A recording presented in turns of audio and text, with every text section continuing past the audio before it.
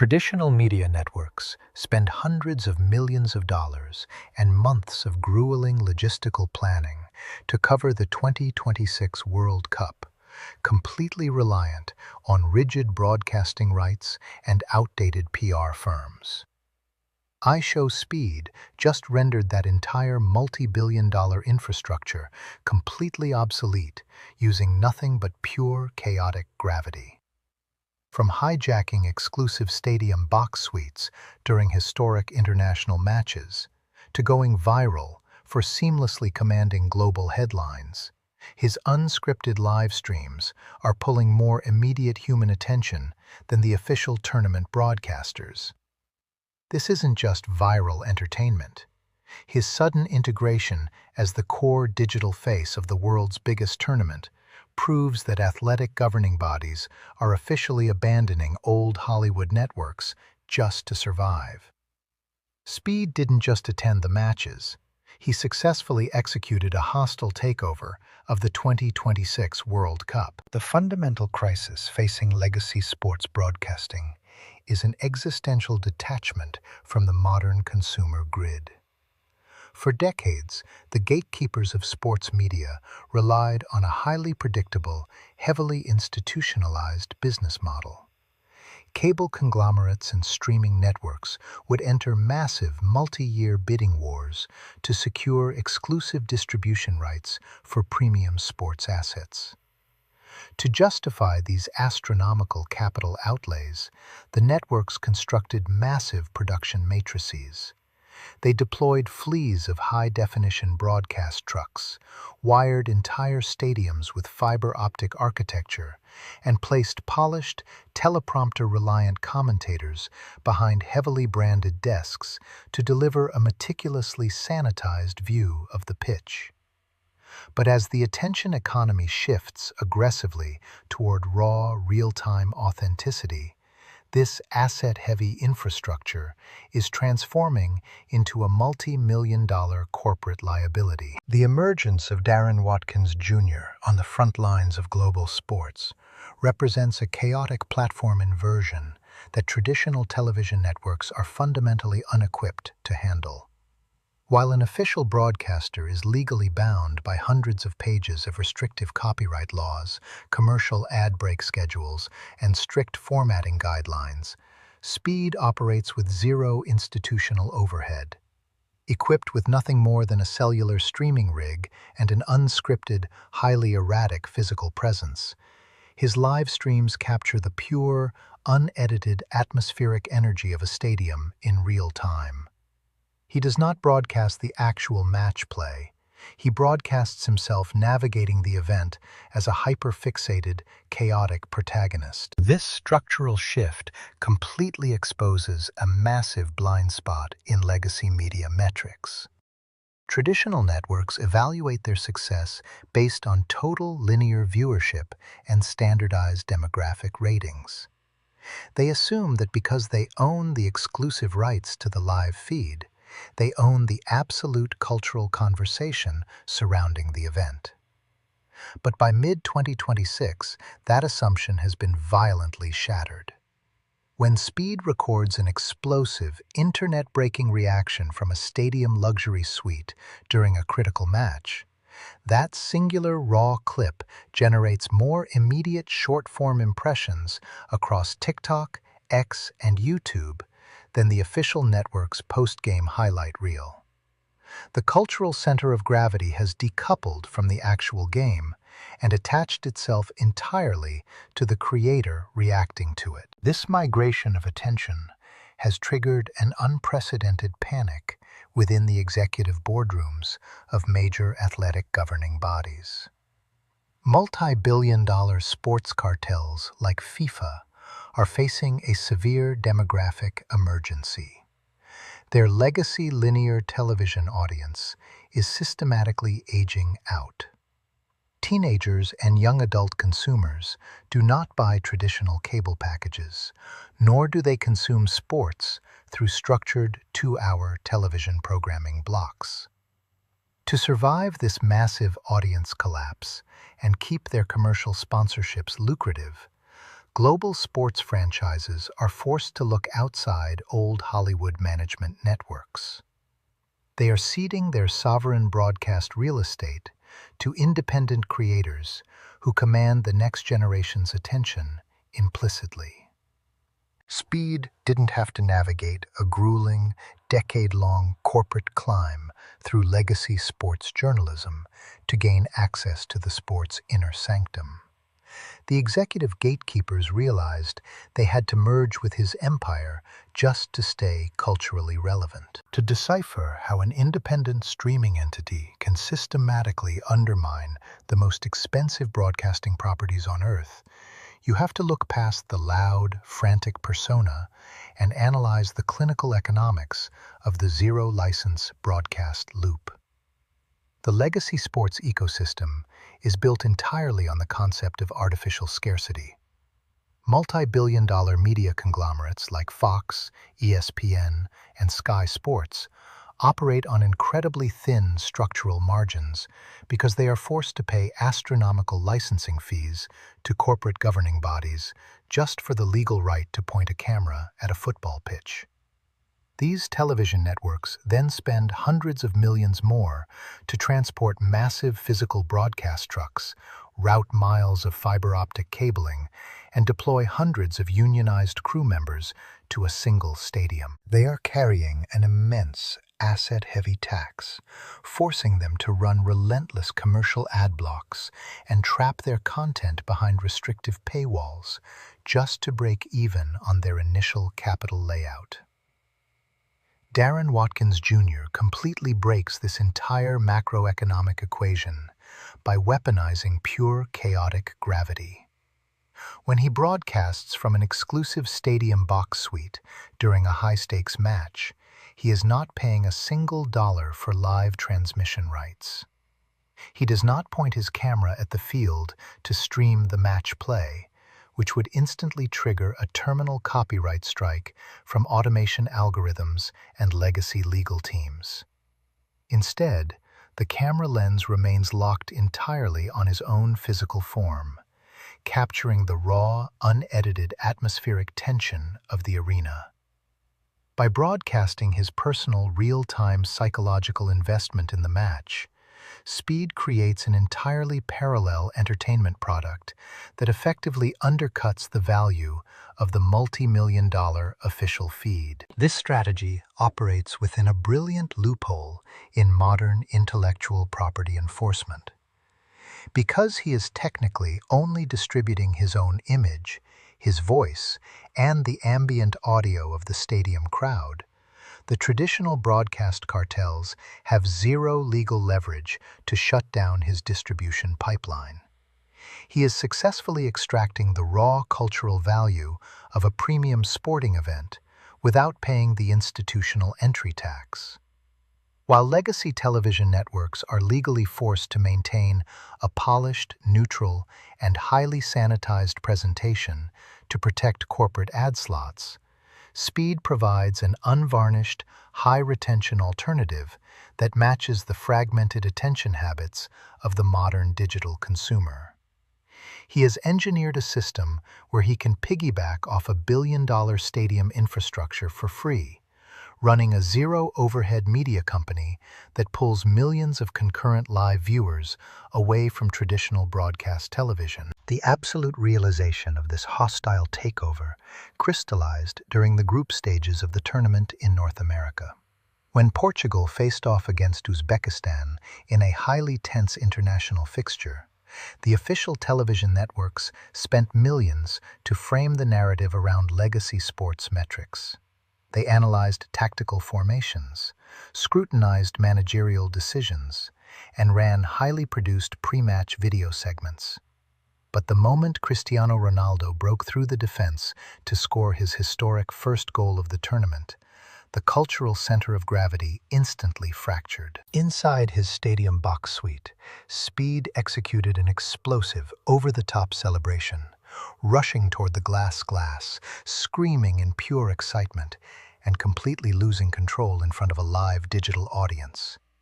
Within minutes, the short-form video clips of his chaotic reaction completely saturated the internet grid. Across TikTok, X, and YouTube Shorts, the algorithmic distribution systems prioritized his raw human emotion over the sanitized multicam network replay of the actual goal. He successfully stole the thunder from one of the most heavily financed sporting moments on Earth, generating tens of millions of immediate impressions while the official broadcasters were still cutting to their corporate commercial breaks. He proved that in the modern media landscape, the person who captures the emotion of the moment will always out-distribute the corporate entity that merely owns the footage. This total displacement of traditional media networks is not happening in a vacuum. It is being actively rewarded by the very sports cartels that legacy television executives spend billions to appease. Recognizing that their traditional audience demographics are facing a terminal collapse, international sports organizations are rapidly abandoning their old Hollywood public relations strategies to survive. The most glaring evidence of this corporate capitulation occurred when Warner Records surprise-dropped Speed's football anthem, World Cup Champions.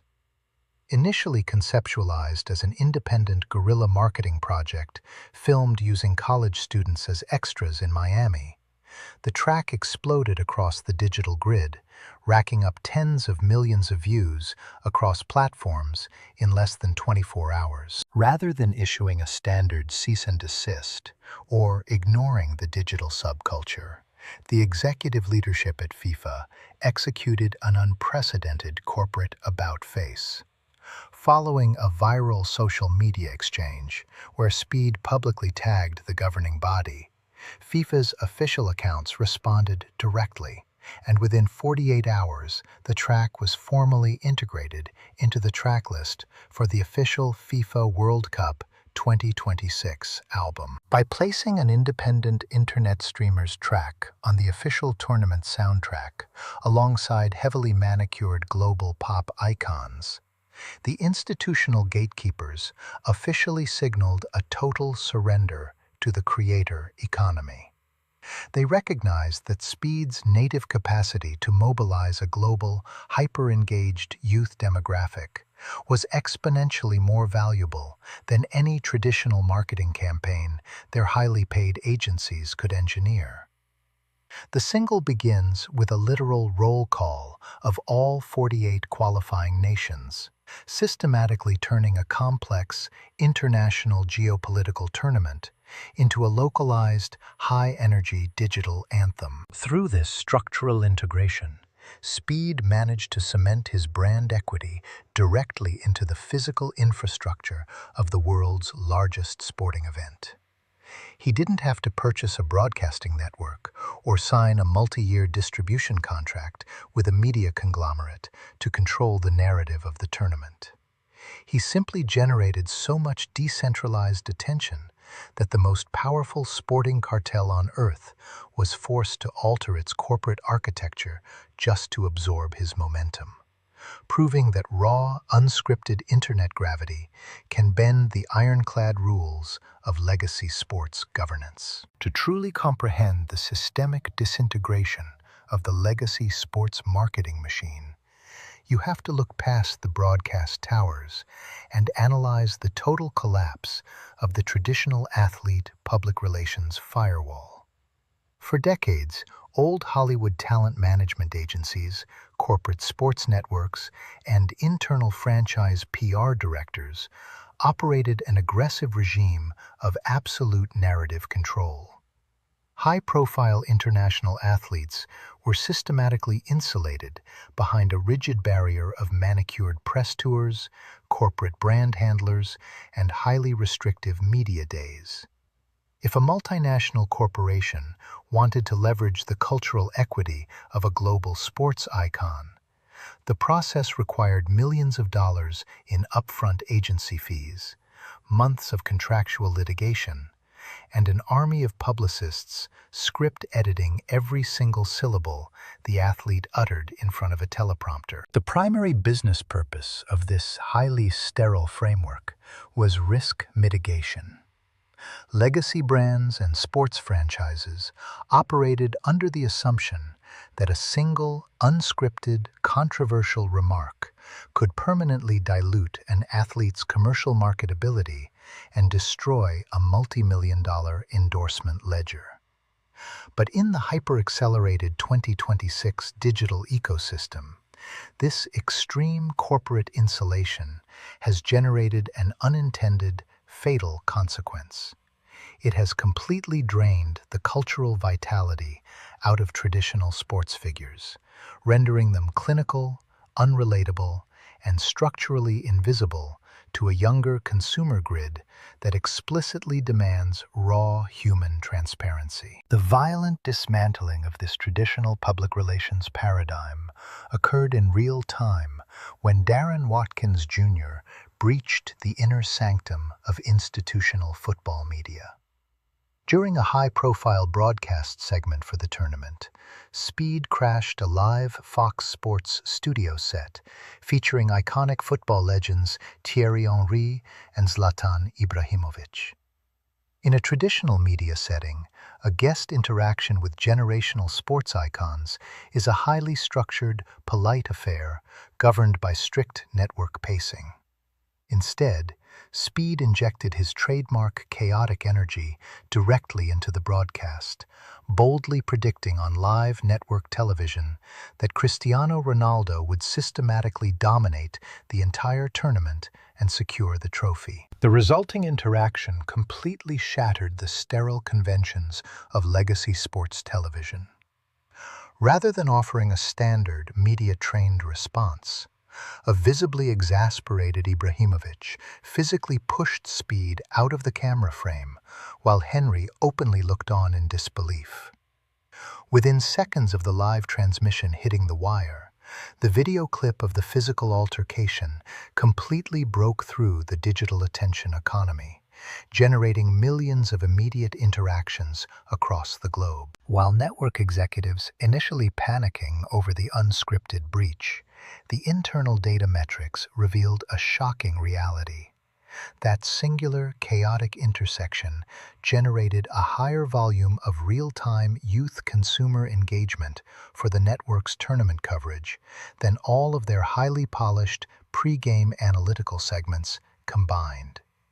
Sports organizations are realizing that a single, raw, friction-filled, unscripted live interaction with an independent creator carries exponentially more cultural weight than 100 heavily manicured magazine covers or late-night talk show appearances. This structural capitulation highlights a deep systemic vulnerability that multi-billion-dollar sports cartels like FIFA, the UFC, and major European football franchises have been desperately attempting to conceal. They are facing a terminal demographic emergency. The core audience that consumes sports through traditional linear television, buys physical event tickets through corporate packages, and subscribes to legacy cable bundles, is systematically aging out of the marketplace.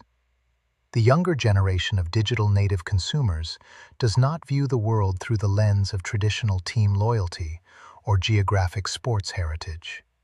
They do not watch full 2-hour matches on television, nor do they care about the legacy institutional prestige of traditional broadcasting networks. Instead, their cultural loyalty is entirely decentralized, anchored to individual online personalities and hyperfluid parasocial networks. For a multi-billion-dollar sports empire, this demographic shift represents an existential threat to their long-term enterprise valuation. If the next generation of consumers refuses to tune into the broadcast, the value of their multi-billion-dollar media rights packages completely vaporizes. To survive this massive structural collapse, the executive leadership of global sports franchises has been forced to make a desperate, calculating choice. They must cede their sovereign broadcast control to independent attention cartels, weaponizing individual creators as human distribution bridges to keep their athletic industries culturally relevant. This corporate desperation has granted independent creators an unprecedented level of institutional leverage over legacy media systems. When a global sports cartel invites a creator into its inner sanctum, it is not an act of creative generosity. It is a calculated corporate transaction designed to absorb the creator's native distribution power. Legacy media companies are trapped in an asset-heavy infrastructure loop where they must continuously finance the immense overhead of stadium maintenance, athletic payrolls, and regulatory compliance. Yet they no longer control the primary pipeline that captures human desire. By allowing Speed to systematically hijack their physical real estate, granting him unrestricted access to player tunnels, exclusive luxury suites, and live studio sets, the gatekeepers of old Hollywood are effectively admitting commercial defeat. They have realized that their multi-million-dollar marketing agencies are completely incapable of manufacturing the raw, organic cultural gravity that a teenager from Ohio commands by simply holding a phone on a gimbal. The old corporate wall that spent a century separating the professional athlete from the casual fan has been permanently breached, leaving the legacy sports distribution empires to face a brutal new reality. They no longer dictate who becomes a global icon. They are simply the stagehands building the arena for the new architects of digital entertainment. The endgame of this live streaming paradigm shift exposes a cold macroeconomic truth. Darren Watkins Jr. has completely outgrown the boundaries of traditional internet entertainment. The public still treats him as a digital anomaly, a hyperactive teenager who found a way to gamify the mechanics of global travel and fandom for an impressionable online fan base. But when you audit the structural convergence of media, international sports infrastructure, and physical commercial entertainment assets under the singular weight of his real-time broadcasts, the true scale of the monopoly becomes unmistakable. Speed has systematically engineered a cross-border attention cartel that treats multi-billion-dollar sporting frameworks not as gatekeepers to be appeased, but as raw real estate to be occupied. The structural transition represents a masterclass in modern platform inversion. Traditional legacy broadcasting networks operate on an outdated, asset-heavy hierarchy. They spend decades building corporate relationships, negotiating with state departments for international transmission permits, and purchasing astronomical insurance policies just to broadcast an event from a stadium pitch. Speed completely inverts this entire sequence. He built an unparalleled foundation of baseline cultural trust and absolute distribution reach first, amassing a sovereign global population of millions of loyal viewers who will follow his broadcast feed into any country on Earth. By layering his unscripted, mobile-first presence directly on top of the world's most heavily protected sporting tournament, he has built a borderless entertainment monopoly that bypasses traditional corporate gatekeepers completely. Consider the fluid trajectory of cultural capital within this new web. During a live broadcast at the tournament, Speed can effortlessly pivot from a high-stakes stadium suite reaction to a casual, spontaneous interaction with an international supporter in the stands, seamlessly switching to fluent Mandarin to rally support for his stream.